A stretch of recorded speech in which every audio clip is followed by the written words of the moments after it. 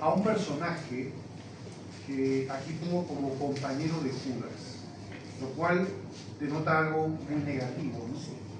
Sin embargo, este personaje al final se enderezó y se convirtió en un gran siervo de Dios. Estoy hablando de un discípulo de Jesús. No estoy hablando de Pedro. Pedro no, es otro. Pero para poder entender en qué falló este hombre, vamos a remitirnos al principio de la humanidad, cuando Dios crea a Adán y a Eva. ¿Y qué sucede en ese entonces? Vamos a ver, para resolver una pregunta primero, ¿esa tentación de Adán y Eva fue un accidente? ¿Fue algo que aconteció y le arruinó el plan a Dios? Y Dios dijo, uy, este Satanás se ha metido con la serpiente y ahora me ha arruinado el plan. En realidad no. Dios crea a los seres humanos con libre albedrío, son libres. Son libres para amarle o para no amarle, para obedecerle o para no obedecerle. Por lo tanto, esa libertad tenía que ser ejercida y Dios tiene que poner una disyuntiva, es decir, probar esa libertad si van a amarle y obedecerle, o va a ser al revés. Y aquí va a aparecer un personaje, evidentemente, que va a ser Satanás a través de la serpiente, que va a ser el que va a realizar esa prueba sobre esta primera pareja humana, que estaban en condiciones verdaderamente idílicas, no tenían problemas, no vemos ningún percance, ningún trastorno en la vida de ellos, estaban muy bien en el Edén. Pero en medio de esa situación idílica, resulta que llegan a transgredir una pequeña, sencilla orden del Señor.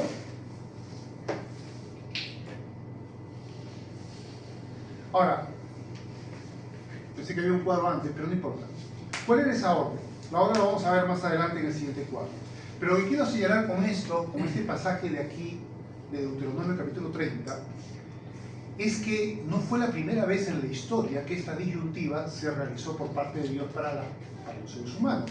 Si para Adán y Eva fue generalizada para toda la humanidad, aquí vamos a ver una específica para la nación de Israel. Pero va a haber un tercer acto, es decir, hasta un cuarto, en el que Jesús va a ser el que va a protagonizar esa disyuntiva. Porque si no fue casualidad lo que pasó con Adán y Eva en el Edén, que llegaron al árbol del conocimiento del bien y del mal y se encontraron con la serpiente para tentarles, ¿fue casualidad entonces, o algo más bien organizado por Dios, cuando Jesús, ¿se acuerdan que fue al bautismo de Juan el Bautista? Y Juan el Bautista se sorprendió y dijo, pero hombre, tú que vienes a que yo te bautice y tú tendrías que bautizarme, tú eres el Señor, el que tendría que bautizarme a mí. Y vemos que Jesús le dice, es necesario que cumplamos toda justicia. Y de esa manera, ¿qué estaba connotando Jesús? Él no solamente era la encarnación de Dios en la tierra, sino que también tenía que identificarse con la especie humana. Fue reconocido allí cuando Juan le dice, he aquí el Cordero de Dios que quita el pecado del mundo, y también se iba a identificar con la especie humana para poder convertirse en el nuevo Adán. En un Adán que iba a vencer la misma tentación que Adán y Eva tuvieron con la serpiente en Edén. ¿Y qué hizo el Señor, el Espíritu Santo, después de ser bautizado Jesús? Que dice la Escritura, que lo llevó inmediatamente al desierto. No sabemos en qué desierto fue, pero ¿para qué? 40 días sin comer para ser tentado por Satanás. Lo mismo. Ahora bien, ¿cuál fue el resultado en este caso de Jesús? ¿Cayó Jesús? No. ¿Y por qué no cayó Jesús? ¿En qué fallaron? Y eso lo vamos a analizar ahora con profundidad, esta primera pareja humana en que desconfiaron de Dios.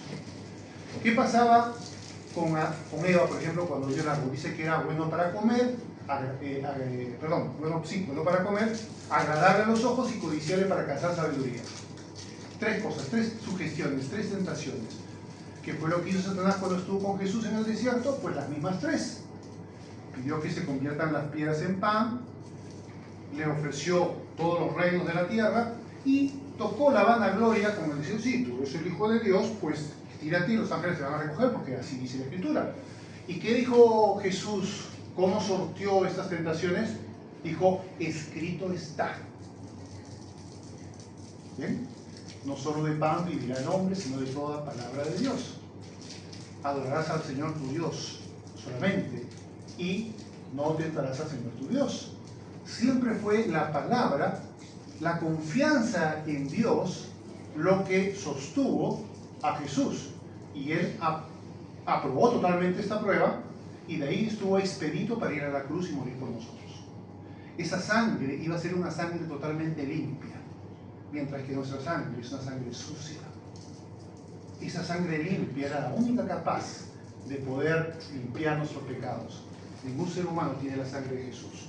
Ahora bien, ¿a qué viene esta segunda ocasión en la cual Dios va a hacer la misma disyuntiva al pueblo de Israel? Salen de Egipto y le dice, señores, miren aquí yo pongo la vida y la muerte. Vamos a ver lo que dice, vamos a ver lo que dice el pasaje. Dice Deuteronomio 30, 19 al 20, a los cielos y a la tierra llamo por testigos hoy contra vosotros que os he puesto delante la vida y la muerte, la bendición y la maldición. Escoge pues la vida para que vivas tú y tu descendencia. ¿Y cómo? ¿Qué hay que hacer para poder escoger la vida? Y aquí lo explica el verso 20 muy bien. Y justamente lo que hemos estado viendo en esos tres mensajes anteriores, ¿se acuerdan? Vamos a verlo. Dice, amando a Jehová tu Dios, atendiendo a su voz y siguiéndolo a Él. ¿No son las tres que vimos? Ama a Jesús, obedece sus mandamientos y síguelo en medio de cualquier adversidad. ¿Recuerdan? Pues aquí el verso 20 lo está diciendo con rotunda claridad esos tres puntos. Lo que dice, porque eres vida para ti y prolongación de tus días, a fin de que habites sobre la tierra que juró Jehová a tus padres, Abraham, Isaac y Jacob, que les había de dar. Vemos pues el resultado. ¿Cuál fue? Regular. Por un tiempo, sí, estuvieron en buen camino, pero luego se pervirtieron. Y no es la única. También en Jeremías 21 encontramos otra disyuntiva donde también están el pueblo que está ya a punto de ser exiliado a Babilonia, y Jeremías tiene el pesado cargo de tener que decirles, vayan a Babilonia, Dios quiere que vayan a Babilonia, Dios los va a prosperar allí, y no se queden, porque si se quedan van a morir. Y lo dice de la misma manera, he aquí he puesto la vida y la muerte delante de vosotros. La vida obedeciéndome, confiando en mí, y la muerte confiando en vosotros, vuestra sabiduría personal. Me gustó el pasaje que tocó Raquel cuando dice Proverbios capítulo 3, verso 6, pero yo voy a leer el verso 5, ¿no? Fíate de Jehová de todo tu corazón y no te apoyes en tu propia prudencia, reconócelo en todos tus caminos y Él que enderezará tus veredas. La confianza en Dios es el meollo del asunto. El elemento esencial de este mensaje va a ser, ¿confías en Dios o no confías en Dios? Y hay ciertas cosas que vamos a ver al final que posiblemente estás fallando. Hay perlas de duda. Eso vamos a ver al final, cuando veamos la aplicación del mensaje. Pero vamos a continuar todavía con esto. Bien, vamos a volver a Génesis otra vez, Adán y Eva, y analizar qué fue lo que pasó. ¿Cómo fue que Satanás consiguió seducirlos? Primero vemos cuál fue la orden, una orden muy sencilla, como decía antes. Génesis 2, 16, 17 dice lo siguiente. Y mandó Jehová Dios al hombre diciendo, de todo árbol del huerto podrás comer, mas del árbol de la ciencia del bien y del mal no comerás, porque el día que de él comieres ciertamente morirás. No está especulando, está diciendo, ciertamente vas a morir si haces esto. No lo hagas, te lo digo yo. Pero, Adán y Eva eran, no sé, estaban medio quedaditos, pero resulta que se acercan al árbol, aparece la serpiente y trata de seducirlos. Ahora, para poder seducir a Adán y a Eva, va a usar una técnica, algo que se llama la deconstrucción. Y ahora vamos a explicar qué significa deconstruir. Es algo muy interesante. Y eso es justamente el meollo del asunto, porque vamos a ver que Satanás usa esta estrategia hasta el día de hoy. Y en tu vida, con toda seguridad, lo ha hecho innumerables veces. Y probablemente lo está haciendo ahora y lo hará en el futuro. Va a querer reconstruir lo que Dios dijo en su palabra para que tú hagas otra cosa. Y no lo que Dios quiere que hagas y le desobedezcas. Porque antes de la desobediencia viene la desconfianza de Dios. Bien, vamos a ver en qué consiste eso. Hay dos fases para deconstruir. Y eso puede servir para cualquier cosa, ¿eh? Una teoría, una historia, una declaración religiosa, política, ideológica, lo que sea, no importa. Primero, tienes que cuestionar eso que se dijo. Eso que se dijo no está bien intencionado, no. Debe ser algo falso. Y segundo lugar, lo que tienes que hacer es, bueno, aquí no está es reformularlo. Vamos a ver, creo que está en el siguiente cuadro. Ahí está. Cuestionar y reformular. Eso es lo que hay que hacer para reconstruir. Y eso fue exactamente lo que hizo Satanás a través de la serpiente en Edén. Y ahora vamos a ver los dos pasajes que señalan esto.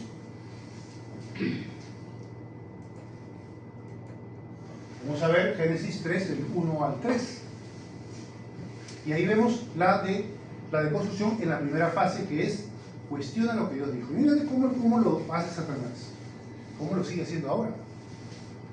Dice, pero la serpiente era astuta más que todos los animales del campo que Jehová Dios había hecho. La cual dijo a la mujer, fíjense lo que dice, con que Dios os ha dicho, no comáis de todo árbol del huerto. ¿Que eso te ha dicho Dios? A ver, hombre, debe estar equivocado, ¿eh? No, ahí seguramente no hay una buena intención de Dios. ¿Tú sabes lo que es la antife?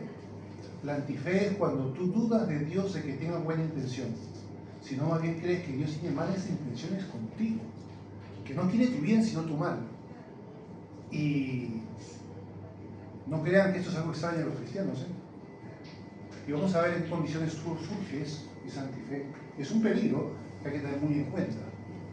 Desconfiar de la buena fe de Dios. Y aquí Satanás quiere hacer eso precisamente, que Adán y Eva desconfíen de la buena fe de Dios. Y dice luego, y la mujer respondió a la serpiente, del fruto de los árboles del huerto podemos comer, pero del fruto del árbol que está en medio del huerto, dijo Dios, no comeréis de él ni le tocaréis para que no muráis. Bueno, eso de no tocaréis se lo añadió ella, pero bueno, esto tiene mucha importancia. La cosa es que le responde, mira, sí, efectivamente el Señor dijo eso. Pero luego viene la reformulación de Satanás. El verso 4 al 5 dice lo siguiente. Entonces la serpiente dijo a la mujer, no moriréis. Dios es un mentiroso. Te está mintiendo Dios. No vas a morir. Te lo digo yo. Te lo digo yo a la serpiente. Vaya batracio que tenían que obedecer a esta parejita humana. Dice, sino que sabe Dios lo sabe y no te lo quiere decir, ojo. ¿Ha visto la mala intención de Dios que no te lo quiere decir? Te lo está ocultando. Porque es malintencionado. Que el día que comáis de él, serán abiertos vuestros ojos, sabiendo el bien y el mal. Qué interesante, ¿no? Y es verdad, eso sucedería, pero no serían como Dios. Porque una persona que está con la enfermedad, la vejez y la muerte, con un mundo maldecido, no puede ser esa una prerrogativa divina, evidentemente. Por lo tanto, eso de que sería como Dios es una falacia. Pero no solamente hace eso, sino que simplemente niega lo que Jesús, lo que el Padre dijo cuando dice, no moriréis. Ya le está desmintiendo a Dios de una manera categórica. ¿Y qué hace Eva?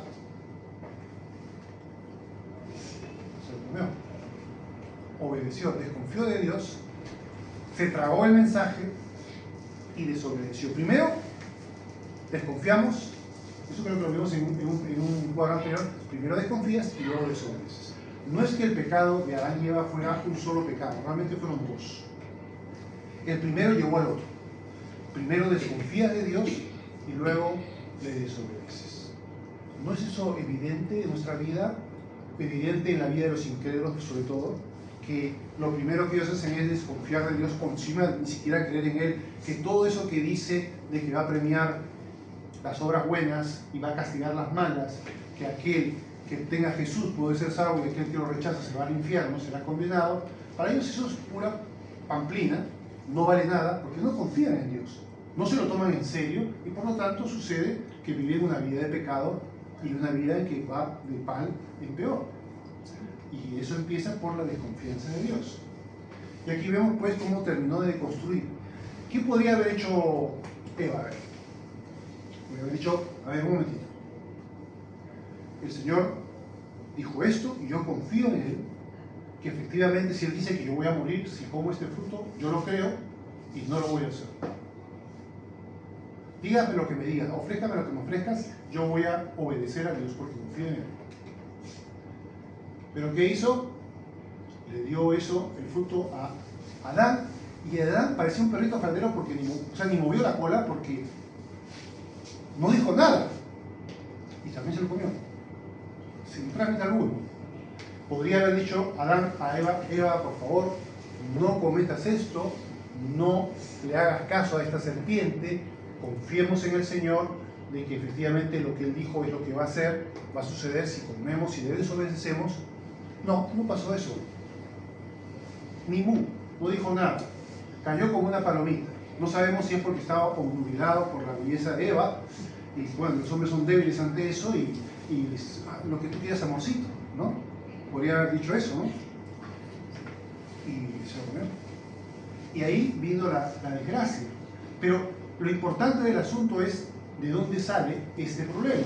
De, primeramente, desconfiar de Dios y confiar en Satanás.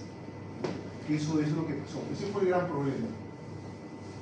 Bien, ahora sí, con este precedente vamos a internarnos en quién es este señor, compañero de Judas, que al final tuvo un buen fin, fue restaurado, pero que también era un discípulo de Jesús, por cierto. Y sin embargo, en su trayectoria como discípulo de Jesús y aún viendo sus milagros, aún participando con los demás apóstoles en milagros que ellos mismos hacían, no obstante, aún así desconfiaba de Jesús.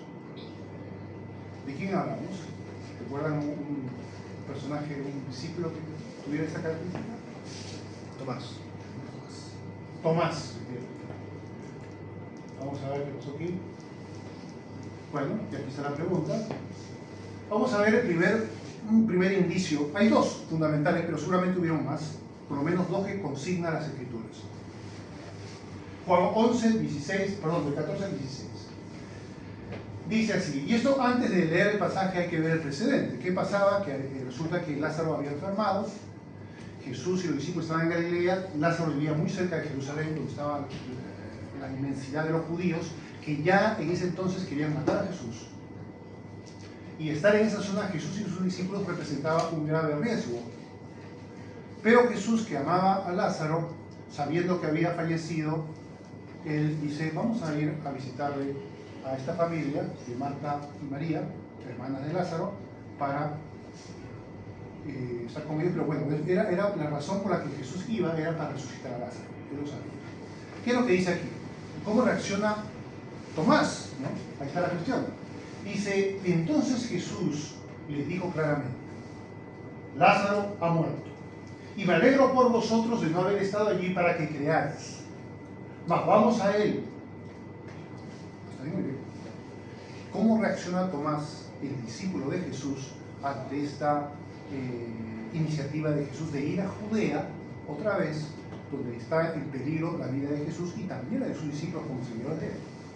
Dijo entonces Tomás, llamado Dídimo, a sus condiscípulos, vamos también nosotros para que muramos con él. ¿Se dan cuenta cómo lo toma? O sea, ya dice, desconfía de Jesús. Mira, vamos a ir, pero mira, ya pues iremos, pero eso nos puede costar la vida.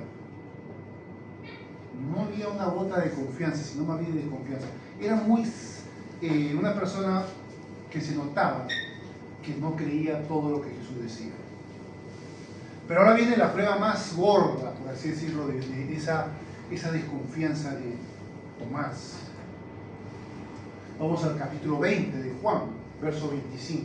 Dice: le dijeron pues los otros discípulos: al Señor hemos visto, ya había resucitado al Señor.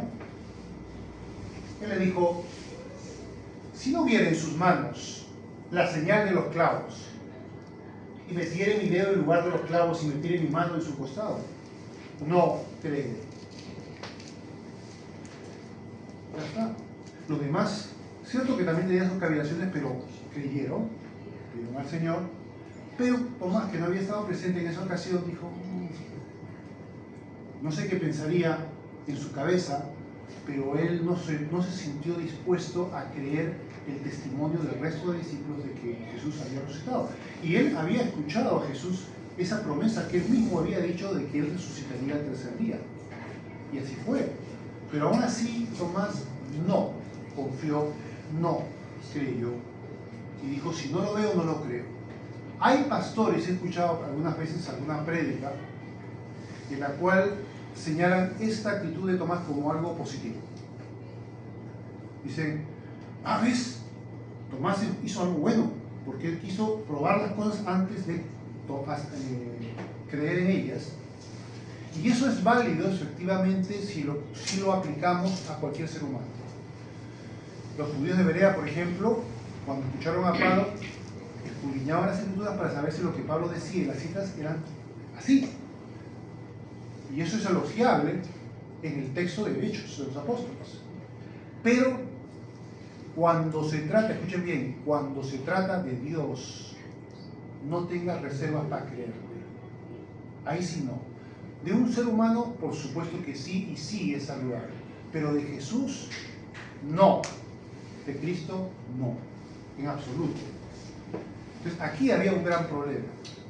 Y vamos a ver si verdaderamente Jesús le dijo: Tomás, has hecho muy bien en no confiarte en mí hasta no verlo. Hasta no verme. Muy bien. Qué elogio. ¿Dijo eso? Vamos a ver que no le elogió a Tomás. Vamos a ver lo que dice el 24 y 29. Dice: 8 días después estaban otra vez sus discípulos dentro y con ellos Tomás. Llegó Jesús, estando las puertas cerradas, y se puso en medio y le dijo: paz a vosotros. Le dijo a Tomás: pon tu dedo y mira mis manos, y acerca tu mano y métela en mi costado, y no seas incrédulo, sino creyente. Jesús sabía lo que había dicho Tomás. Y luego dice: entonces Tomás respondió y dijo: Señor mío y Dios mío. Ahí recién creyó. Ahí recién se restableció a ese Señor que iba por el camino de Judas. Porque Judas ya era un hombre que desconfiaba de Cristo. Y al final lo entregó. Y fue para su condenación. Felizmente Tomás no pasó eso. Tomás ahí recién recapacita, confía en Jesús, pero Jesús no va a elogiar su actitud, sino que la va a reprender. Miren lo que dice Jesús. Jesús le dijo: porque me has visto, Tomás, creíste. Bienaventurados los que no vieron y creyeron. Simplemente creyeron porque yo lo dije, porque viene de mí esa palabra, y la creyeron. Pero tú no la creíste, tú desconfiaste de mí, y solamente al verme, allí sí creíste en mí. No fue un elogio, fue una reprensión más bien. Ahora, vamos a ver aquí un pasaje de Jeremías, en el cual nos señala qué es lo que Dios prefiere en relación a esto. Un desconfiado que incluso es capaz de confiar en el hombre, como hay personas que creen en líderes religiosos, pero de una manera irrestricta, no importa lo que haga o lo que diga, y siguen creyendo en él porque confían en el hombre. Y si un día lo ven fallar, se derrumban por completo. Pero si ellos realmente pusieron su mirada en Jesús, no tendría por qué haber sucedido eso, porque miraban a Jesús, no al hombre. Y miren lo que dice aquí Jeremías, el profeta, dice: maldito el varón que confía en el hombre y pone carne por su brazo, es decir, se apoya en un ser humano, y su corazón se aparta de Jehová. Será como la retama en el desierto, y no verá cuando viniere el bien, sino que morará en los sequedales en el desierto, de tierra despoblada y deshabitada.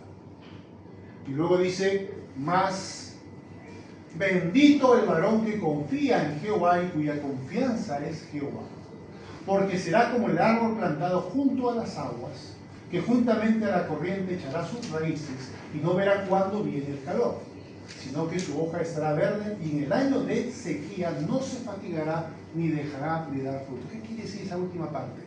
En el año de sequía seguirá dando fruto. Que cuando las cosas vayan mal, pero muy mal, ese creyente va a seguir firme, porque ha puesto su confianza en Dios. Y él sigue firme. No le van a tumbar las circunstancias. Ya veremos algunas cosas más en la parte final, que ya creo que ya hemos llegado.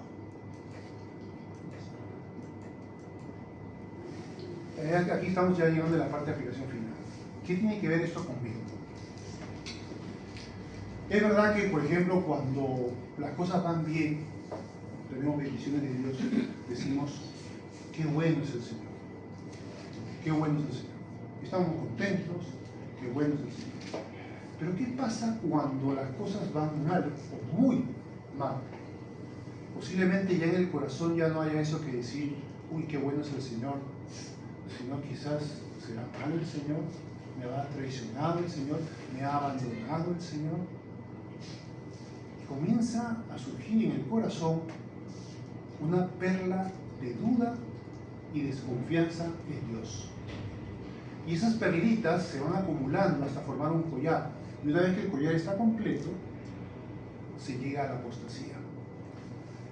Vamos a ver, hay dos formas de reunir esas perlitas de desconfianza contra Dios. Por las experiencias, también, y también por razones intelectuales. Por las experiencias es cuando te ha pasado a ti en la vida algo muy duro, muy terrible, pero no solamente a ti, puede ser que le ha pasado a tu hijo, a tu hija, a tu padre, a tu madre, a tu hermano, a tu hermana, a tu nieto, a tu nieta, a tu amigo, a tu amiga, en fin. Y tú no lo entiendes. Tú no entiendes por qué pasó eso, por qué Dios permitió que eso sucediera. Y hay cosas que son muy duras. No estamos hablando aquí de cosas pequeñas, no. Estamos hablando de cosas muy, pero muy duras, que pasan en la vida y no entendemos por qué. Y ten cuidado con esos iluminados por ahí que te dicen, eso te pasó por esto, por esto y por esto. Son como los amigos de Job. Son muy listos para decirte que eso te pasó porque ellos lo saben. No, ignora a esas personas porque no hay ser humano que te pueda dar una respuesta a algo Dios mismo. Y ya cuando, si no lo entendemos en este mundo, en su presencia lo entenderemos. Pero ahí está el asunto. Que tú puedes seguir con tu vida cristiana, pero puede ser que en tu corazón, en lo profundo, se forme una perlita de duda y de desconfianza de Dios. Y si hay más circunstancias en la vida, pueden aparecer más perlitas en base a experiencias terribles. Y se pueden acumular en un cajoncito, en un rincón oscuro del corazón, casi oculto. Hay que tener mucho cuidado de reunir estas perlitas. También de forma intelectual se pueden juntar estas perlitas. La Biblia, el Antiguo y el Nuevo Testamento, también tiene sus espinitas. Espinitas me refiero a esas cosas que son difíciles de entender o duras. Y hay personas que leen y cuando leen eso están también formando perlitas de duda y de desconfianza de Dios. ¿Qué será? ¿Será posible esto? ¿Ustedes recuerdan lo que pasó, está en el capítulo 6 de Juan, cuando luego de haber hecho la multiplicación de panes y peces, a un lado del mar de Galilea se fue a otro lado y luego la gente diciendo seguramente el pan estaba bien rico con el pescado? Y fueron a ver si había pues otra relación. Y Jesús les dice, ustedes están viniendo aquí por el pan y por el pescado porque les ha gustado, pero no están viniendo por mi palabra. Y comienza a dar un discurso con unas palabras tan duras, tan difíciles de tragar, que muchos se apartaron a partir de ese momento de Jesús y ya no volvieron a estar con él. Hasta el punto, ahora voy a decir qué palabra fue lo que dijo, que Jesús le dice a los discípulos, ¿vosotros también os vais a ir? Y Pedro le responde una cosa que es verdaderamente prodigiosa. Dice, tus palabras son de vida eterna. Pues sabemos que tú eres el Cristo, el Hijo de Dios viviente. Y sí las creemos. ¿Qué palabra fue lo que dijo? Que escandalizó a la gente. Que comenzó a hablar con unos... Jesús usaba muchas las metáforas, pero a veces la gente no entendía las metáforas de Jesús. Le dijo, el que come mi carne y bebe mi sangre, tiene vida eterna. Entonces dijo, caramba, vamos a ser caníbales, vamos a comerlo a él en un estofado, o vamos a hacer una barbacoa con Jesús y vamos a comerlo, y luego su sangre, que está prohibido por la ley beber sangre, vamos a beber su sangre. Y Jesús dijo luego al final, mis palabras son espíritu y son vida. No estoy hablando de lo material, no estoy hablando de realidades físicas, sino espirituales. Pero eso no lo entendieron. ¿Se dan cuenta cómo a veces puede surgir? Y eso lo hizo deliberadamente Jesús para justamente hacer un filtro de quienes iban con un corazón que no era creyente de verdad, o quienes creían en Jesús. Y ahí se va a definir pues, esa diferencia. Y vamos a ver que incluso el apóstol Pablo, que era un erudito, un intelectual de primer nivel, escribe también cosas que algunas son difíciles de entender, eso lo decía Pedro. Nuestro hermano Pablo escribe algunas cosas que son difíciles de entender y que algunos indoctos las tuercen. Y es verdad, hay también espinas en el Antiguo Testamento y en el Nuevo Testamento, y si la persona lee la Biblia como si fuera un libro más del mundo y no la carta de amor de Dios que costó un enorme dolor al Padre y al Hijo, al Padre porque envió a su Hijo amado a sufrir lo inenarrable, y al Hijo que sufrió eso inenarrable, no solamente en la cruz, sino en la tortura previa. Y no solamente fue la parte física, sino el llevar en sí mismo la culpa, la separación de Dios por causa de nuestro pecado. Temporalmente, pero ese momento, ese instante fue terrible. Incluso más que el propio tormento físico. Por tanto, las Escrituras están permeadas de ese amor de Dios y de ese sacrificio de Cristo. El sacrificio y el dolor divino.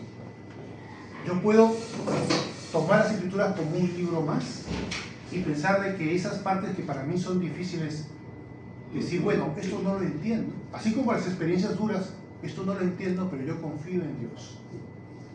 Fíjate de Jehová de todo tu corazón. No te apoyes en tu propia prudencia, en tu propio razonamiento sobre aquello que tú no puedes entender. Y puede ser que lo puedas entender con un estudio más profundo, consultando a alguien que conozca más las Escrituras, o puede que no lo entiendas hasta que estés en la presencia de Dios. Pero lo importante es que tú puedas no dejar que eso se forme en una perlita de duda y desconfianza de Dios.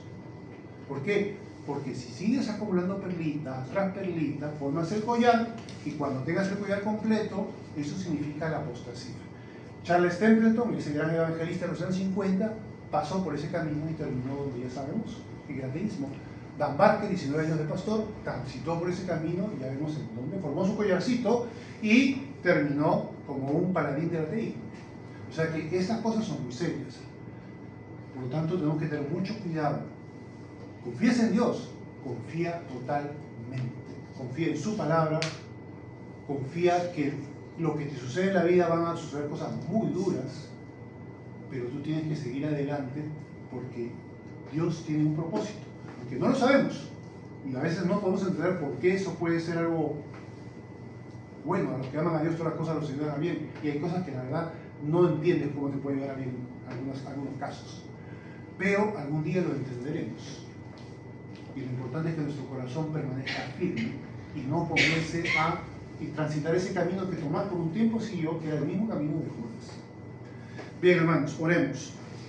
Padre Santo, queremos darte las gracias por el consejo de tu palabra y queremos pedirte, Señor, de que si en nuestro corazón hay algunas perlitas de incredulidad y desconfianza de ti que se estén acumulando y guardando en un cajoncito del corazón oculto y en un lugar oscuro, Señor, que podamos sacarlas y expulsarlas totalmente. Que debemos entender, Señor, de que hay muchas cosas que no entendemos, tanto en las experiencias de nuestra vida, la vida de los que amamos, y también pueden haber perlas, Señor, de duda y de desconfianza también en las Escrituras. Pero, Señor, queremos pedirte que tú elimines totalmente esas perlas, que queramos echarlas en nuestro corazón, que nunca acumulemos para hacernos un collar que al final nos lleve a la apostasía. sino más bien a permanecer firmes. Y que aunque hay cosas que no podemos entenderlas, Señor, sabemos que algún día las entenderemos y que algún día veremos, Señor, la compensación a ese sufrimiento. Te pedimos pues, oh Dios, que nos ayudes a permanecer firmes en la fe, una fe inconmovible, una fe que permanece totalmente arraigada y que no hay viento ni marea que lo tumbe. Te pedimos eso en el precioso nombre de Jesús. Amén.